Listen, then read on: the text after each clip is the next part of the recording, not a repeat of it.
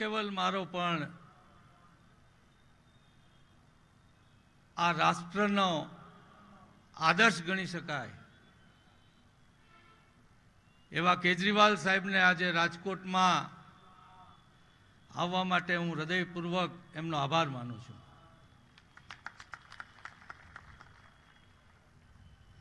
સાથે આપના પ્રદેશ પ્રમુખ ગોપાલભાઈ, પાઠક સાહેબ, ગુલાબભાઈ, ઈસુદાનભાઈ, ભાઈ શ્રી ભંડેરીભાઈ અને સૌ ઉપસ્થિત કાકા, પૂર્વ પ્રમુખશ્રી, બધાના નામ નથી લેતો, સમય જેટલો હું ઓછો લઈ શકું એટલો પ્રયત્ન કરીશ. મારે તમને બધાને પૂછવું છે કે ભાજપથી થાક્યા છો? કોંગ્રેસ કઈ કરી શકે એમ છે?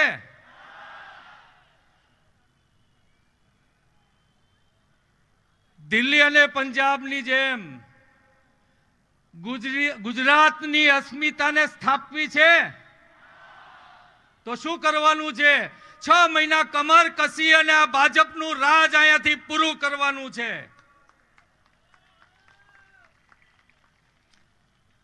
કોંગ્રેસના અને ભાજપના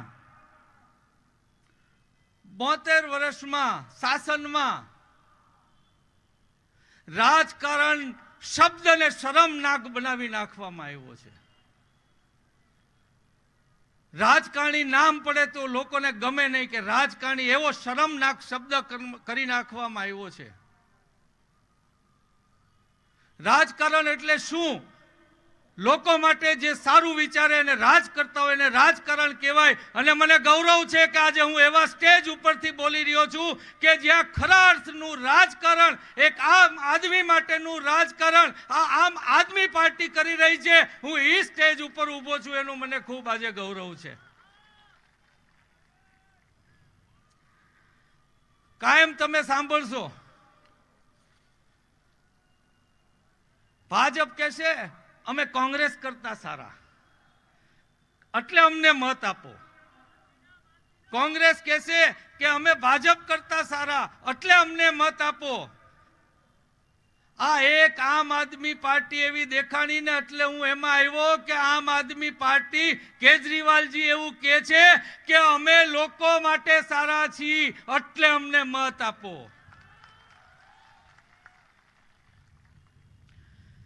બીજેપી તમને એને કહેશો ને કે અમારે વોટ આપવો તો તમને સાંભળશે, પછી ગમે એ કયો તો પણ કોંગ્રેસ તમને સાંભળશે પણ કઈ કરી નહીં શકે. અને મજાની વાત એ છે કે આપણે આજે એવા નેતાની વચ્ચે છીએ कि जे सांभळवानी बात तो दूर दिल दी बात समझ लेते हैं और वो करके दिखाते हैं. उसका नाम केजरीवाल जी है. कई खोटी बात करूं छू? थोड़ो मोतेथी अवाज थाय. पहला हतुं रोटी कपड़ा और मकान. हूँ पाछळ मित्रों ने कहूं कि एनु माइक बंद राखे. પેલા રોટી કપડા અને મકાનની જ વાત હતી. એની સાથે કેજરીવાલ સાહેબે 3 શબ્દો ઉમેર્યા એવું હું માનું છું. આરોગ્ય, શિક્ષણ અને સુરક્ષા આ પણ ભારતના નાગરિકનો અધિકાર છે એવું સ્થાપિત જો કર્યું હોય તો એ કેજરીવાલ સાહેબે કર્યું છે. રાશનની કીટ ઘરે આવે તો ગમે કે ન ગમે? તમને કઈક મુશ્કેલી પડે પોલીસ ઘરે આવીને તમને ન્યાય આપે ગમે કે ન ગમે? આરટીઓ વાળા તમારી ઘરે આવીને કામ કરી જાય ગમે કે ન ગમે? કલેક્ટર ઓફિસ વાળા તમારી ઘરે આવીને કામ કરી જાય તમારા સમય ગમે કે ન ગમે? હા તો દિલ્હી અને પંજાબમાં એવું થાય છે. હવે ગુજરાતમાં આપણે કરવું જોઈએ કે ન કરવું જોઈએ? તો કોને ચૂંટાડીને મોકલવી જોઈએ? સંભળાણું નહીં. જાજો ટાઈમ નથી લેતો. દેશનો અર્થ એ થાય કે એનો સીમાડો એ દેશ નથી.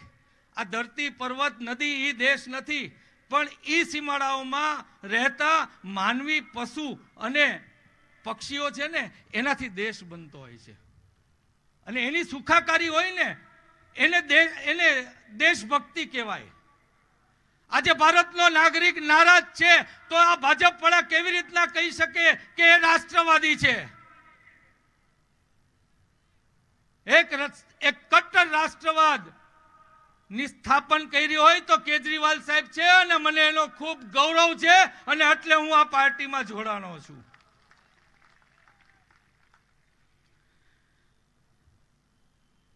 सर, आपसे एक बात कहना चाहता हूं मैं. सब जब लोकशाही आई तो एक कुएं में सब पड़े थे, एक दूसरे को कंधा देके ऊपर उठाए निकाला. वो पहले निकलने वालों में से मैं भी एक था. काफी लोग निकले, आगे चले गए, थोड़े पैसे वाले हो गए, थोड़े आगे चले गए, थोड़े मिडिल क्लास थोड़े आगे चले गए, लेकिन सब मिलने के बाद भी मैं कुएं के नजदीक खड़ा था कि मैं अभी जो अंदर है उसको निकालूं. और इसलिए मैं पॉलिटिक्स में रहा सर, लेकिन मैं उम्मीद खो बैठा था. एमएलए बना, विधानसभा में बोलने का कोई अर्थ ही नहीं है ऐसा मान के मैं घर पे बैठा था सर 3 साल में घर में बैठा. सर, आप उम्मीद लेके आया, मैं घर से निकला हूं ये लोगों का काम करने के लिए कि जो बाकी के लोग कुएं में पड़े उसको हाथ देके मैं कैसे निकालूं, उसके लिए मैं फिर से आपसे उम्मीद लेके मैं चला. और मुझे आज खूब खुशी है. आज ये जनमेदनी बोल रही है, आज ये जनमेदनी भाजपा को जवाब दे रही है, उसका मुझे गौरव है. तो हमें और कुछ नहीं कहना है. आप सबको मैं शुक्रिया अदा करता हूं. और आखिरी बार पूछ लेता हूं, जोश से थोड़ा जवाब दीजिएगा. थोड़े गांधीनगर में बैठे हैं, उन लोगों को भी पता चले हमें जीतना है, लोगों के लिए जीतना है, एक कट्टर राष्ट्रवाद के लिए जीतना है. तो कमर कस के 6 महीने काम करेंगे. आप सबका धन्यवाद. और रिजल्ट पे हमारा ये नाच सुनाई देगा सबको, इतनी आशा रख के आप सबसे नम्र विनंती करता हूं और बैठता हूं. आप सबका आभार. जय हिंद. खूब खूब आभार इंद्रनील भाई. હવે આપણે સૌ ઘણા સમયથી આતુરતાથી જેની રાહ જોઈ રહ્યા છીએ. આપણે સૌ જાણીએ છીએ, હમણાં વાત કરી કે મોંઘવારીની વાત કરી, શિક્ષણની વાત કરી, આગળના વક્તાઓએ આરોગ્યની વાત કરી. આજે આપણે સૌ જાણીએ છીએ કે 15,000 20,000 રૂપિયા કમાવાવાળા માણસ પાસે આજે પોતાનું ઘર ચલાવવા માટે પૈસા નથી. એ બિચારો વિચારે છે કે હું મારા બાળકની ફી ક્યાંથી ભરીશ, મારું આગળના મહિનાનું બિલ ક્યાંથી ભરીશ. આવા સમયમાં આપણી પાસે એક ક્રાંતિનો નાયક છે, જનનાયક છે, જે આખા ભારતમાં એકમાત્ર વ્યક્તિ છે કે આજના કપરા સમયમાં મોંઘવારી સામે લડવાનું સોલ્યુશન આપે છે. એ પોતાના નાગરિકોને કહે છે કે તમારું વીજળીનું બિલ હું ભરીશ. એ પોતાના નાગરિકોને એમ કહે છે કે તમારા બાળકોને ભણાવવાની જવાબદારી મારી છે અને ભણાવવાની વ્યવસ્થા હું કરીશ. એ પોતાના વડીલોને, પોતાના નાગરિકોને એમ કહે છે કે તમારા ઘરમાં કોઈ બીમાર પડે તો એનો ઈલાજ કરાવવાની જવાબદારી મારી છે. એ પોતાના નાગરિકોને એમ કહે છે કે તમારે સરકારી દવાખાના, સરકારી દફતરોના, સરકારી ઓફિસોના ધક્કા નથી ખાવાના. મારો સરકારી કર્મચારી તમારા ઘરે આવીને તમારું કામ કરશે. તમે ગરીબ છો, તમારે રાશનના અનાજની જરૂર છે તો તમારે લાચારી ભિખારીની જેમ તમારે રાશનની દુકાનના ધક્કા નથી ખાવાના. મારો માણસ આવીને તમારા હકનું અનાજ તમારા ઘરે આપશે.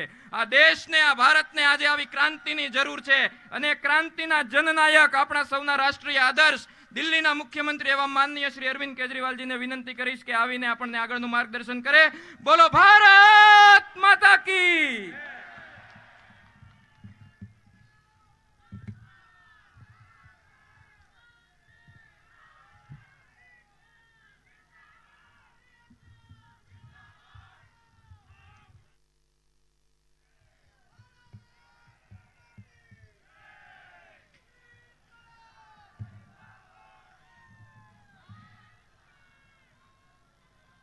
एक बार जोर से, पूरे दिल से भारत माता का जयकारा लगाएंगे. सब लोग मुट्ठी बंद करेंगे, हाथ ऊपर करेंगे और पूरे दिल से बोलेंगे, भारत माता की, भारत माता की, इनकलाब, इनकलाब, वंदे वंदे। इतनी भारी संख्या में मैं देख रहा हूं चारों तरफ, इतनी भारी संख्या में राजकोट से और आसपास से आए हुए सभी भाइयों बहनों, माताओं, बुजुर्गों, बच्चों, आप सब लोगों को मेरा नमस्कार, सबको मेरा प्रणाम। सबसे पहले शुक्रिया अदा करना चाहता हूं, आप लोग इतनी भारी संख्या में आए हैं आज यहाँ पे मुझे सुनने के लिए, हम सबको सुनने के लिए, इसके लिए तहे दिल से बहुत बहुत शुक्रिया।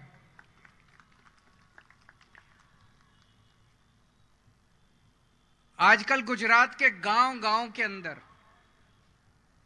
घर-घर के अंदर आम आदमी पार्टी की चर्चा हो रही है। पिछले 2-3 महीनों में मेरा भी कई बार आना हुआ, हमारे कार्यकर्ता भी गांव-गांव में जा रहे हैं, घर-घर में जा रहे हैं, चारों तरफ आम आदमी पार्टी की चर्चा है। मुझे दिल्ली के लोग खूब प्यार करते हैं, पंजाब के लोग खूब प्यार करते हैं और मुझे बेहद खुशी कि अब गुजरात के लोग भी मुझे खूब प्यार करने लगे हैं।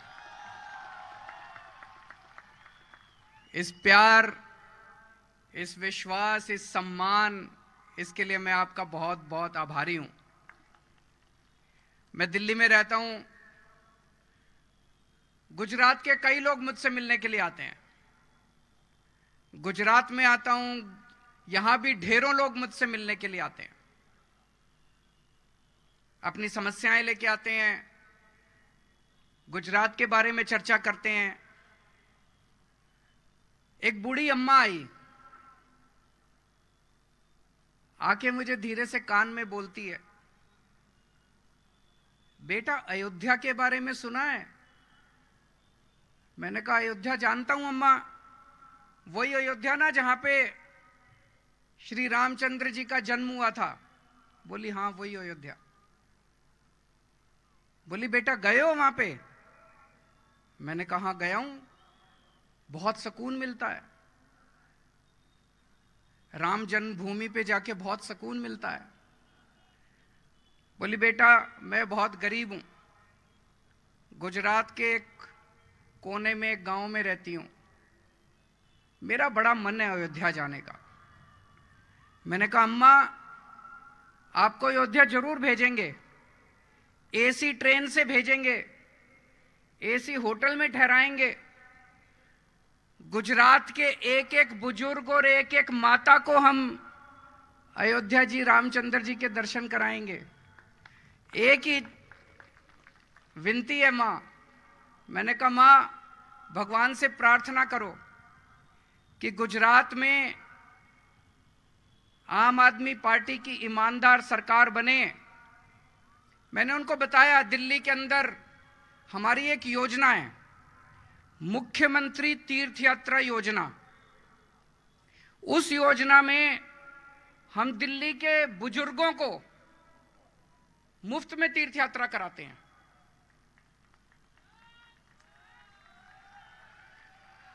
हमारे बूढ़े माता पिता, बूढ़ी माँ, बूढ़े बुजुर्ग, उनको हम एसी ट्रेन में लेके जाते हैं, एसी होटल में ठहराते हैं, आना जाना खाना पीना सब मुफ्त। हरिद्वार, ऋषिकेश, अयोध्या जी, शिरडी बाबा, पुरी जी, रामेश्वरम, मथुरा, वृंदावन, इस तरह से 12 स्थान हैं अयोध्या जी।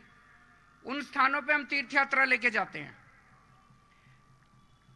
पिछले 3 साल में मैंने 50,000 बुजुर्गों को तीर्थ यात्रा कराई, 50,000 बुजुर्गों। तो मैंने अम्मा को बोला मां आपसे एक ही प्रार्थना है, ऊपर वाले से प्रार्थना करो कि गुजरात में भी आम आदमी पार्टी की सरकार बने, तो गुजरात के एक एक बुजुर्ग को और एक एक माता को हम तीर्थ यात्रा कराएंगे, अयोध्या जी के दर्शन कराएंगे। यहां पे गुजरात में 27 साल से भाजपा की सरकार है। आप में से किसी को अयोध्या जी के दर्शन कराए भाजपा वालों ने? एक को भी कराए? किसी को भी नहीं कराए। 27 साल में उन्होंने एक भी व्यक्ति को दर्शन नहीं कराए, तीर्थ यात्रा नहीं कराई। हमने 3 साल में 50,000 लोगों को मुफ्त में तीर्थ यात्रा कराई। मैं सीआर पाटिल साहब को कहना चाहता हूं। सीआर पाटिल कौन है जानते हैं आप लोग?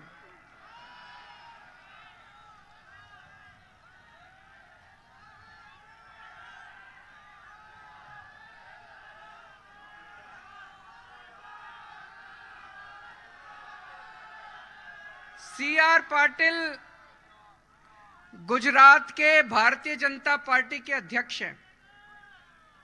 ऐसा कहा जाता है, मुझे नहीं पता, लोग कहते हैं कि मुख्यमंत्री कोई भी बने, सरकार तो सीआर पाटिल ही चलाते हैं। ऐसा लोग कहते हैं, मुझे नहीं पता ऐसा है क्या कि सरकार तो सीआर पाटिल ही चलाते हैं। मैं पाटिल साहब को कहना चाहता हूं, पाटिल साहब आपने तो 27 साल में एक भी गुजरात के आदमी को तीर्थ यात्रा नहीं कराई। आम आदमी पार्टी की सरकार बन गई तो अगले 5 साल के अंदर गुजरात के सारी माताओं को और सारे बुजुर्गों को तीर्थ यात्रा करा देंगे।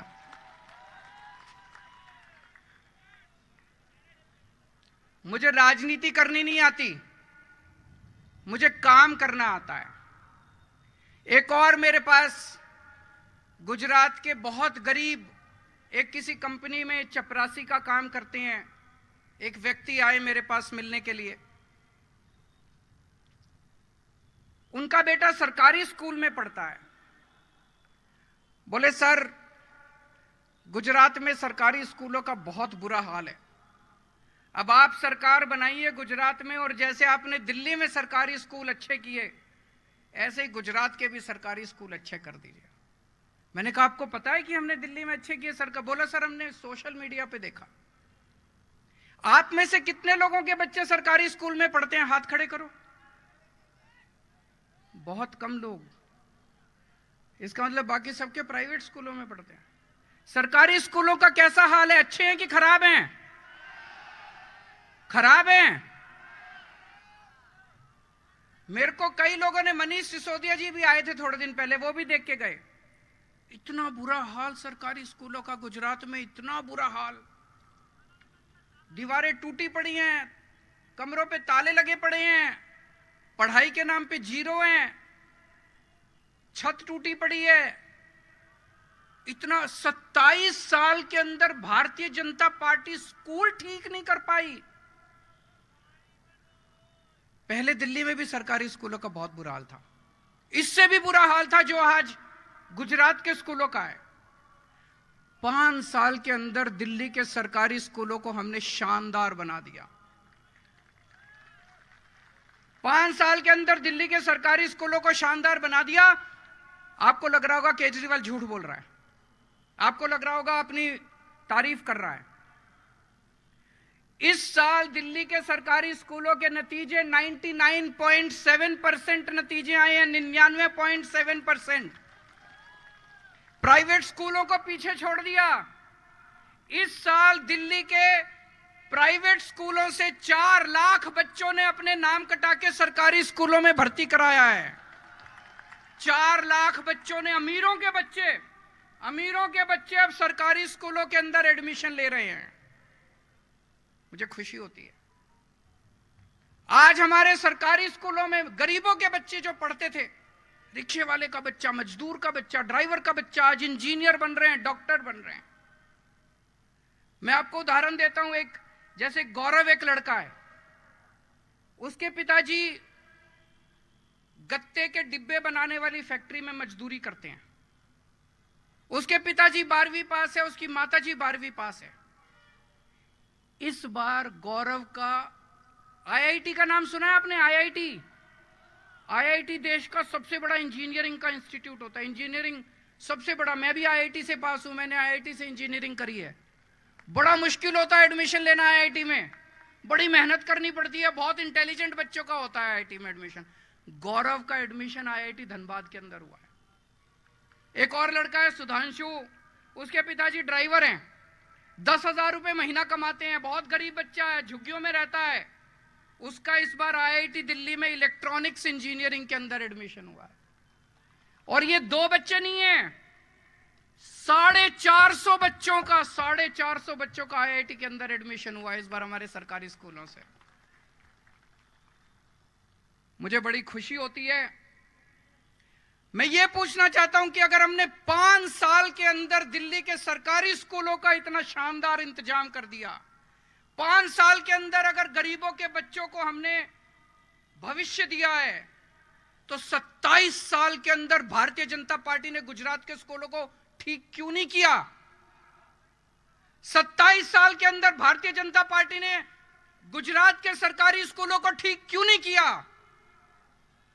क्योंकि उनकी इच्छा ही नहीं थी ठीक करने की, वो कभी करना ही नहीं चाहते थे।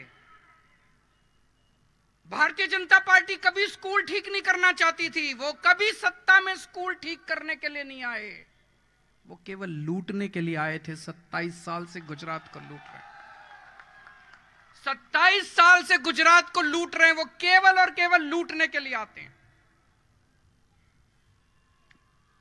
दोस्तों, मैं भी आप ही की तरह आम आदमी हूं। आज से 8-10 साल पहले तक मेरे को कोई नहीं जानता था, कोई नहीं जानता था अरविंद केजरीवाल कौन है। ये तो ऊपर वाले की पता नहीं क्या कृपा हुई कि जनता का इतना प्यार, इतनी मोहब्बत मिली, इतनी बड़ी जिम्मेदारी मिली। दिल्ली के अंदर हमने 5 साल के अंदर स्कूल ठीक कर दिए। अब मेरे को लगता है यार पूरे देश के स्कूल ठीक हो सकते हैं। इन पार्टियों ने धोखा दिया इस देश के लोगों को, इन सारी पार्टियों ने मिलकर धोखा दिया इस देश के लोगों को। मैंने कसम खाई है कि इस देश के एक एक बच्चे को अच्छी से अच्छी शिक्षा दिला के रहूंगा, चाहे गरीब का बच्चा हो चाहे अमीर का बच्चा हो। मुझे दिल्ली के लोगों ने मौका दिया, अब पंजाब के लोगों ने मौका दिया, आज गुजरात के लोगों से कहता हूं एक मौका देके देखो। आपके बच्चों को अच्छी शिक्षा देने की जिम्मेदारी मेरी, आपके बच्चों को अच्छा रोजगार देने की जिम्मेदारी मेरी। कोई पार्टी आके आपको अच्छे स्कूल के नाम पे वोट नहीं मांगेगी। केजरीवाल आपसे स्कूल और अस्पताल के नाम पे वोट मांग रहा है। मैं करके आया हूं दिल्ली में, पंजाब के अंदर भी कर रहे हैं हम लोग। यहां पे प्राइवेट स्कूल में किस किस के बच्चे पढ़ते हैं, जरा हाथ खड़े करें। सबके बच्चे प्राइवेट स्कूलों में पढ़ते हैं। ये प्राइवेट स्कूल वालों ने, मैं सारे प्राइवेट स्कूल खराब नहीं होते, पर अक्सर कई प्राइवेट स्कूल वाले गुंडागर्दी करते हैं कि नहीं करते? अनाप शनाप फीस बढ़ाते हैं कि नहीं बढ़ाते? कभी कहते हैं लाइब्रेरी फीस, कभी कहते हैं पिकनिक फीस, कभी कहते हैं डेवलपमेंट फीस, और अनाप शनाप फीस बढ़ाते रहते हैं। हर आदमी चाहता है मेरे बच्चों का भविष्य बनना चाहिए, हर आदमी चाहता है मैं अच्छी से अच्छी शिक्षा दूं। दिल्ली जैसे सरकारी स्कूल हर जगह नहीं है। आदमी अपने बच्चों को पेट काट के प्राइवेट स्कूल में पढ़ाता है। दिल्ली के अंदर हमने पिछले 7 साल से प्राइवेट स्कूलों को फीस नहीं बढ़ाने दी, एक नए पैसे की फीस नहीं बढ़ाने दी। जिस स्कूल ने फीस बढ़ाने की हिम्मत करी, उस स्कूल को सरकार ने टेक ओवर कर लिया। मैं पूछता हूं कि अगर दिल्ली के अंदर हम प्राइवेट स्कूलों को ठीक कर सकते हैं, तो 27 साल में भारतीय जनता पार्टी नहीं कर सकती क्या? कर तो सकती थी। मिले हुए हैं इनके साथ, मिले हुए हैं कि नहीं मिले हुए? मिले हुए हैं इनके साथ। भारतीय जनता पार्टी अमीरों की पार्टी है। अमीरों के लिए बड़े बड़े स्कूल बना देंगे, महंगे महंगे स्कूल बना देंगे, शानदार स्कूल बना देंगे। मैं CR पाटिल जी से पूछना चाहता हूं, 27 साल में आपने गरीबों के लिए कितने स्कूल बनाए?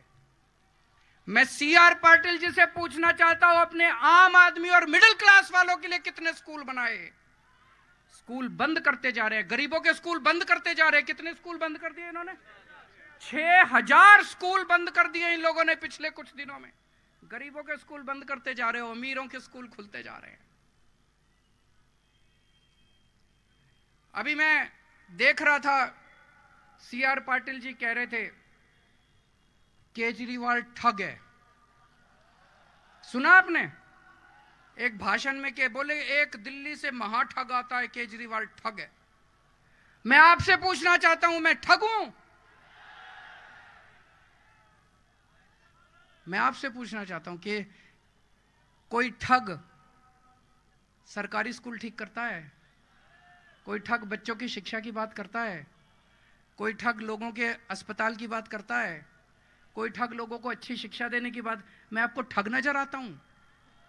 मैं आपसे पूछे, जिन जिन लोगों को लगता है केजरीवाल ठग है, हाथ खड़े करें। जिन जिन लोगों को लगता है CR पाटिल ठग है, हाथ खड़े करें। ये कैमरे वाले जरा दिखा दें, जरा मोड़ दें कैमरे वाले और दिखा दें कि CR पाटिल के बारे में गुजरात की जनता क्या सोचती है। जिन जिन लोगों को लगता है कि CR पाटिल ठग है, हाथ खड़े करें जोर से। कैमरे वाले, मुझे पता है आप दिखा नहीं पाओगे, आपका टीवी चैनल बंद करा देंगे वो, लेकिन फिर भी एक बारी रिकॉर्डिंग तो कर ही लो।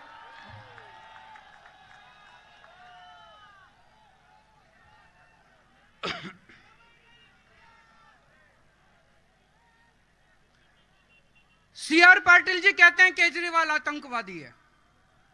ये बड़ा अच्छा आतंकवादी है, हर लोगों के स्कूल बनवाता है। ये बड़ा अच्छा आतंकवादी है, लोगों की शिक्षा की बात करता है, अस्पताल की बात करता है, सड़कों की। ऐसा आतंकवादी जो लोगों को अयोध्या जी के रामचंद्र जी के दर्शन कराता है। क्या आतंकवादी है यार ये? मुझे राजनीति करनी नहीं आती, काम करना आता है। यहां इतने सारे लोग आए हुए हैं, जरा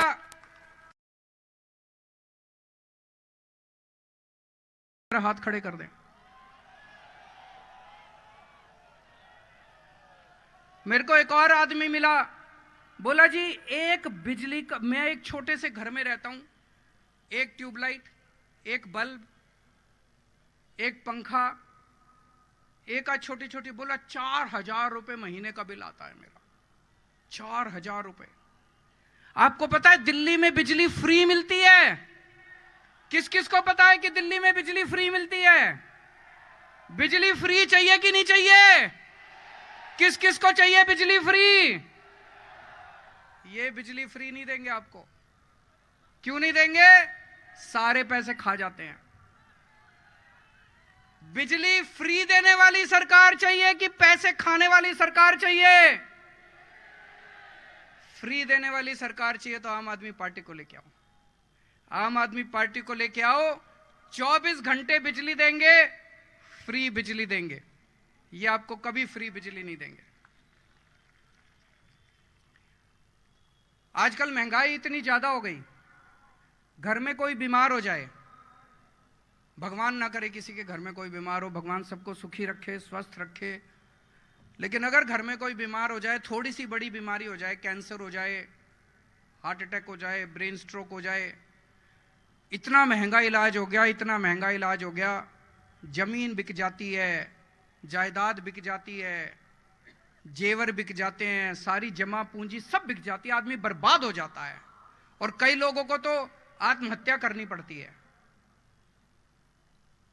दिल्ली में हमने 2 करोड़ लोग दिल्ली के हैं, दिल्ली के 2 करोड़ लोगों का सारा इलाज मुफ्त कर दिया हम लोगों ने। किसी को छोटा सा बुखार हो, उसका इलाज भी मुफ्त। किसी को बड़ी से बड़ी बीमारी हो जाए, 30 लाख, 40 लाख, 50 लाख का भी खर्चा आए, वो भी सारा मुफ्त। सारे टेस्ट मुफ्त, सारा इलाज मुफ्त, सारा। यहां पे सरकारी अस्पतालों का क्या हाल है? बुरा हाल है, मुझे बताया गया, बहुत बुरा हाल है। पहले दिल्ली के सरकारी अस्पताल भी बहुत खराब थे, हमने आज शानदार सरकारी अस्पताल बना दिए। लोग अब अपोलो, मैक्स, बड़े बड़े अस्पतालों में नहीं जाते, सरकारी अस्पतालों में जाते हैं। हमने ढेरों मोहल्ला क्लिनिक खोले, मोहल्ला क्लिनिक में जाते हैं अपना इलाज कराने के लिए। आज गुजरात के कुछ बच्चे मेरे से मिलने के लिए आए, बोले सर यहां पे रोजगार नहीं है, रोजगार के पढ़े लिखे बच्चे बिना रोजगार के घूम रहे हैं। पिछले 5 साल में दिल्ली में हम लोगों ने 12 लाख बच्चों को रोजगार दिलवाया है, 12 लाख बच्चों को, और अगले 5 साल में 20 लाख बच्चों को रोजगार दिलाने का काम कर रहे हैं हम लोग। तो अगर रोजगार चाहिए तो आम आदमी पार्टी दिला सकती है। और मैंने सुना यहां पे पेपर बहुत फूटते हैं, फूटते हैं मतलब लीक होते हैं। मेरे को पता चला गुजराती में उसको फूटना कहते हैं, कि पेपर बहुत फूटते हैं, पेपर बहुत लीक होते हैं। मेरे को अभी लिस्ट दे रहे थे, इतनी सारी, ये इतने पेपर फूटे अभी तक। 2014 में जीपीएससी मुख्य अधिकारी का पेपर फूटा, 2015 में तलाटी परीक्षा लीक हो गई, 2016 में तलाटी सुरेंद्र नगर गांधीनगर परीक्षा लीक हो गई, 2018 में टीईटी शिक्षक योग्यता परीक्षा लीक हो गई, 2018 में मुख्य सेविका परीक्षा फूटा, 2018 में नायब चिटनीस, इतनी लंबी लिस्ट है। सारे पेपर फूट जाते हैं, सारे पेपर लीक हो जाते हैं। मैं पाटिल जी से कहना चाहता हूं, एक पेपर नहीं तुमसे ठीक से होते, तुम सरकार क्या चलाओगे? तुमसे एक पेपर नहीं होते, तुमसे एक पेपर ढंग से नहीं होते, पेपर का आयोजन ढंग से नहीं होता, तुम सरकार क्या चलाओगे? और मैं आपसे पूछना चाहता हूं, ये पेपर लीक कौन करवाता है? इसके पीछे कौन लोग हैं? कोई जेल नहीं जाता, किसी को जेल नहीं होती, पेपर फूटते हैं, फिर और पेपर फूटते। जनता, बच्चों का भविष्य खराब हो रहा है, बच्चों का भविष्य खराब हो रहा है। मुझे राजनीति करनी नहीं आती, काम करना आता है। अगर आपको स्कूल चाहिए, अस्पताल चाहिए, बिजली चाहिए, पानी चाहिए, रोजगार चाहिए, आप मुझे वोट दे देना। आपको भ्रष्टाचार चाहिए, गुंडागर्दी चाहिए, लफंगई चाहिए, राजनीति चाहिए, उनको वोट दे देना। मैं पढ़ा लिखा हूं, इंजीनियर हूं, ईमानदार हूं, देशभक्त हूं, अच्छी सरकार चलानी आती है। आम आदमी पार्टी शरीफों की पार्टी है, ईमानदार लोगों की पार्टी है, देशभक्त लोगों की पार्टी है। इनको अहंकार बहुत हो गया है बीजेपी वालों को। 27 साल हो गए, इनको लगता है अब इनकी सरकार कोई नहीं ला सकता। मेरी आप सब लोगों से विनती है, कम से कम इनका अहंकार तोड़ने के लिए एक बार, इस बार आम आदमी पार्टी को वोट दे दीजिए। अगर हम अच्छा काम ना करें तो अगली बार आप इनको वोट दे देना। मैं 2-3 बार आया, इतनी ज्यादा इन लोगों को मेरे से चिढ़ हो गई, मेरे को इतनी गंदी गंदी गालियां दे रहे हैं। अब इन्होंने, हम गांव गांव में जा रहे हैं हमारे कार्यकर्ता, इन्होंने हमारे एलईडी वैन तोड़ दी है। वो जो होती है ना प्रोजेक्शन वाली वैन जिस पे पिक्चर दिखाते हैं, वो हमारी वैन तोड़ दी। हमारे लोगों के ऊपर पिटाई कर रहे हैं, जगह जगह हमारे कार्यकर्ताओं की पिटाई कर रहे हैं। पाटिल साहब, ये क्या है? ये तो अच्छी बात नहीं है। गुजरात के लोग तो बहुत अच्छे हैं, गुजरात के लोग ये पसंद नहीं करते। आप ऐसे चुनाव जीतना चाहते हो, इस तरह की गुंडागर्दी करके चुनाव जीतना चाहते हो, इस तरह की लफंगाई करके चुनाव जीतना चाहते हो, ये अच्छी बात नहीं है। मैं आपको आके ये कह रहा हूं कि मैंने दिल्ली में ऐसे कर दिया, मैंने स्कूल खोल दिया, मैंने अस्पताल खोल दिया, मैंने ये कर दिया, वो कर दिया। आप भी अपने काम बताओ। आप अपने काम क्यों नहीं बताते? कोई काम किए ही नहीं, 27 साल में कोई काम किया ही नहीं, इसीलिए डरा रहे हैं। डरा के, धमका के, इस तरह से ये चुनाव जीतना चाहते हैं। ये तो अच्छी चीज नहीं है, ये तो गलत चीज है। अभी एक कांग्रेस का बहुत बड़ा नेता हमारी पार्टी ज्वाइन करना चाहता था, बीजेपी वालों को पता चल गया, बात लीक हो गई। तो बीजेपी वालों का उसके पास फोन आया, बोले खबरदार आम आदमी पार्टी में गया तो कांग्रेस में ही रहे। बीजेपी वाले उसको कह रहे हैं कांग्रेस में ही रहे, तो उसने कहा कि कांग्रेस में रहूं क्यों? बोले नहीं, कांग्रेस हमारी छोटी बहन है। तो ये जो भाई बहन का प्रेम है, ये इसने गुजरात को बर्बाद कर दिया। अब इन दोनों भाई और बहन दोनों को हटाओ और आम आदमी पार्टी की सरकार लेके आओ। मैं गुजरात के लोग 3 प्रश्न पूछना चाहते हैं पाटिल साहब से। मुझे बताना आप पूछना चाहते। पहला प्रश्न, 27 साल के बाद भी आज गुजरात के सरकारी स्कूलों का इतना बुरा हाल क्यों है? पूछना चाहिए कि नहीं पूछना चाहिए? पाटिल साहब इसका जवाब देना। अगर आप सुन रहे हैं तो मुझे पक्का यकीन है वो जरूर टीवी पे देख रहे होंगे। तो पहला प्रश्न, 27 साल के बाद भी आज गुजरात के स्कूलों का इतना बुरा हाल क्यों है? गुजरात की जनता आपसे पूछना चाहती है। दूसरा, सारे पेपर फूटते क्यों हैं? पाटिल साहब जवाब दो। आपको पेपर करवाने आते नहीं हैं या क्या माजरा है? सारे पेपर फूटते क्यों हैं? और तीसरा प्रश्न, आज गुजरात का पढ़ा लिखा युवा बिना रोजगार के दर दर की ठोकरें क्यों खा रहा है? उसको रोजगार कब तक दिलवाओगे? पूछना चाहिए कि नहीं पूछना चाहिए? दोस्तों, आपसे केवल एक मौका मांगने के लिए आया हूं। एक मौका आप देके देखिए। अगर हमारा काम पसंद नहीं आए, अगली बार हमें उठा के फेंक देना। और आज यहां जितने लोग आए हैं, हमारे पास पैसा नहीं है, हम गरीब पार्टी हैं, ईमानदार पार्टी हैं। यहां पे आए हुए एक एक आदमी को जिम्मेदारी लेनी पड़ेगी। आप अपने घर जाओगे, मोहल्ले में जाओगे, गांव में जाओगे, एक एक आदमी जिम्मेदारी लो। कम से कम 100 लोगों से बात करोगे और 100 लोगों को आम आदमी पार्टी को वोट देने के लिए तैयार करोगे। करोगे कि नहीं करोगे? जो जो करेंगे हाथ उठा के बताइए। और जिन्होंने दोनों हाथ उठाए हैं वो 200 लोगों को पूरा करेंगे। भारत माता की।